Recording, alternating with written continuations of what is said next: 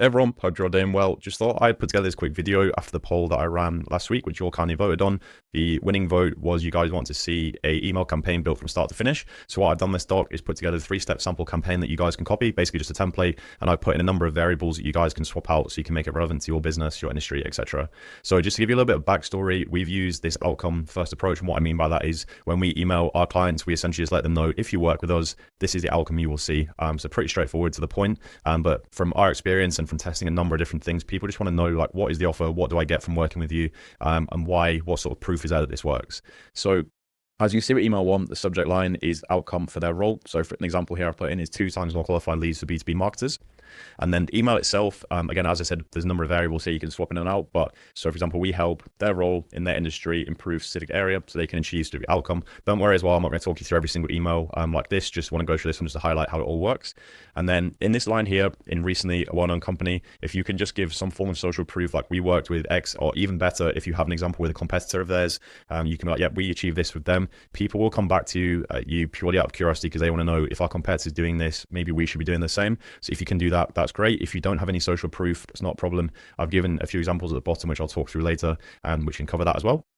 And then you'll see here with a call to action, essentially what we're trying to do here is solicit a yes or no response. So rather than basically, if people have to sit and think, and they have to think, oh, what should I reply to this? You've already lost them, because then they'll just move on to something else because they don't want to sit and think about it. All we want them to do is be able to go, yes, similar information, or no, not of interest. And then this email's done its job. You'll notice as well, it's not asking to book in a meeting or anything like that. In this first email, you're not looking to sort of hard sell them. You're just trying to start the conversation. So get your foot in the door. And then from that point, you can give them some more information. So for example, what we do is we have a PDF, which Harrison built out. So anytime a client comes back saying, yes, we want more information, we send them that PDF, takes them through everything that we do, the outcomes they would see, social proof, the deliverables as well. And then at the bottom, it has the Calendly booking link. So you can sell them with the actual information you send them over, and they can book in from there rather than you having to ask for it directly. And then as you can see here, just giving a bit of a guide as to how to fill this in, just a few examples, just in case you weren't too sure what to put in there. And then you can see here as well for outcomes, I've given like close 40% more deals, generate 50 qualified leads per month. So again, something tangible that people can be like, oh, yep, that's what we want, and sounds good. And again, a few different examples here just for different types of businesses. So email 2, this one is like social proof heavy. So in this, you basically, again, focus on the outcome you deliver, and then you can be like, we help XYZ achieve XYZ in this time frame. Yeah, would you be interested in the same results? So again, it's kind of building up that social proof. And again, we sort of live in an economy at the minute where there's a lack of trust. So if you can give a reason for people to trust you, you can actually show them that you delivered results before. That's more likely to convince people to come back. But you have to remember as well, people get hundreds of emails all the time, sales emails promising the absolute world. So to stand out, you just have to be able to prove to people, right, these guys have done this, these guys are legit. Email 3 is, I know your focus is likely going to be on, again, what's their goal going to be? And then just a little bit like scale it back from the second one. We've been helping companies do this, and this is like the most common metric we've seen. Would it be useful if, again, sent over a short case study? So you kind of changing the call to action there a little bit. Again, just trying to demonstrate that you've done this before or you have some proof. And then if people haven't come back by this point after 3 emails, just leave it there. Reason being is if you send more than 3 emails, you're likely to start irritating people, which is when you'll get marked as spam. You get your emails deleted, or you basically get an angry response back, which of course you don't want. And if someone comes back as well saying like unsubscribe, I don't know for like globally, but in the UK and Europe, due to the GDPR rules, you can't contact them again. So we want to try to keep this as minimal as possible to try to book that call. But don't worry, if they don't come back, you can always go back to the next quarter and then send another 3 emails. So rather than sending like 9 emails in 1 month, you can send 9 over the course of 3 quarters, spaces them out more evenly. And there's also a chance as well with the elongated time period that they might have moved into a buying window, which they weren't in previously, so you haven't just hassled them and put them off completely. So quick setup checklist. So before sending, the only thing you really need to do is just make sure you have one clear outcome you deliver. So you don't want to have in each different email, we do this and this and this, because that'll just get confusing for people, and you might end up losing them. The second thing is, again, some real examples. Social proof is absolutely key. If you have that, great. If not, I'll go through how we can sort of address that in a minute. And then again, just make sure that the targeting is right, so the correct role, industry identified. One thing that I've missed off here as well is make sure that the leads that you're targeting is accurate. You don't want to be targeting people who don't have that job title, that are in the wrong location, wouldn't be interested in this outcome, because that again is going to increase the likelihood of you getting negative responses, because it'll feel like, oh, this guy's just pulled a random list, they blast it out to everyone, and it doesn't feel targeted, which is when people tend to get a little bit annoyed about it, because they feel like, oh, they haven't taken the time to understand my business, my problems, etc. And again, case studies, the more the merrier. So if you don't have any social proof, What we've done previously, which has worked pretty well, is offer like a pilot program. So we get people on a bit of a free trial at first. Once they start to see results, one, you can get a case study out of it, and two, there's also a chance to convert them into a paying client. So with our first client, Jack at One Advisory, he was on our free pilot. We basically set up the system, got it up and running, and then in 6 minutes he got a positive reply, which turned into a client, which I've sort of posted in earlier today. And he then also turned into our first client, which is brilliant. And so again, it's just an opportunity there to give yourself some credibility, which you can then use to win further clients, but also could also result in a paying client as well if you deliver good results.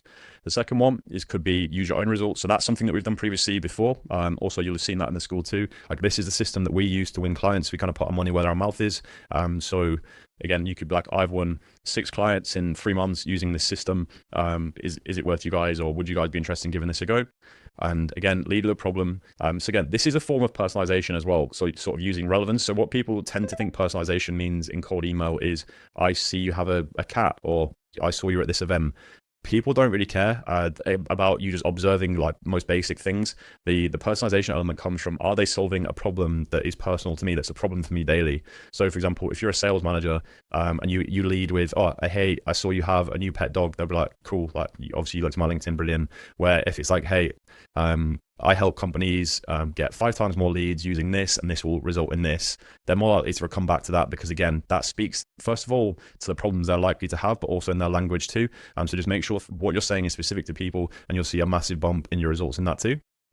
So yeah, you can see here as well, use metrics that matter to their role. And also, if you can talk about the industry as a whole, and if you work with other clients and you've learned things about the industry and seen things that they're doing well, if you drop that in, again, it's only going to help. What to avoid? So like I said earlier, don't ask for a meeting in email 1, just comes across as a hard sell and puts people off straight away. Don't explain how your product works. You want to leave an element of curiosity. So you basically want to leave a bit of like, oh, how are they achieving those results? Oh, I want to hop on the call to find out. Where if you give everything away at once, there's no real incentive for them, because if they're not interested, there's no chance you actually having a conversation to convince them it would be something they need. They're just going to be like, no, I don't really know what that is, but I'm not bothered. Let's just leave it alone. And like I said, don't send more than 3 emails. Will affect deliverability, will annoy people, and also mean you probably will end up not being able to email them again.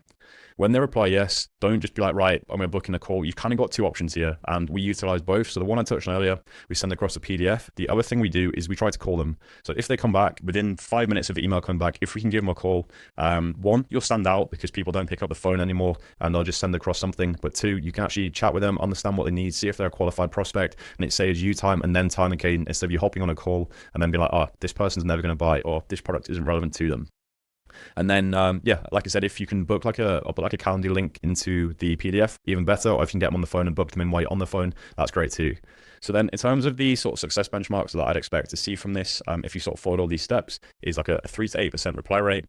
And again, like I said, the industry average is 1 to 3, so you'd be, over double if this all goes well. And 30 to 40% of those replies will be saying yes. You'll get a lot of bounce backs being like out of the office or that kind of stuff. You'll get a number of people saying unsubscribe, but that isn't necessarily a bad thing. So that means you've disqualified people that which would never would have bought from you in the first place. And then if results are lower, just check, is the outcome that I promised them specific enough? Is it credible in terms of the proof you've given them? Is it quantifiable? So there's no point saying like, I can get you more leads. Like how many, what percentage, what results you delivered before. You need to give someone or demonstrate exactly what you've done or how you can do it, so people can actually see, right, if we do this, this means this. Like I said, if people have to sit there and think, you've lost them. And then finally, if you're not getting any good responses or people aren't coming back or whatever it might be, just like go back to the drawing board. Are you targeting the right person? Is this the correct decision maker who's feeling this pain, who would be the best person to speak to regarding this? We've made this problem before, targeting people who we thought would be good, and we actually went too junior. Once we actually went to like the CEO, CTO, that kind of thing, we got a lot more responses coming back, and because they're the people that are thinking, right, we need to improve this performance, where people a little bit lower down the chain can sometimes be a bit more stuck in the day-to-day, and they're more just worried about immediate results, where people above them are looking at like the bigger picture. So hope this helped. If you've got any questions at all, I want to run through this in more detail. We've got the community call tomorrow, and also, feel free to just pop in a comment. We'll answer those and get back to you as soon as we can. But I hope this will help you guys out, and like I said, looking forward to see the results.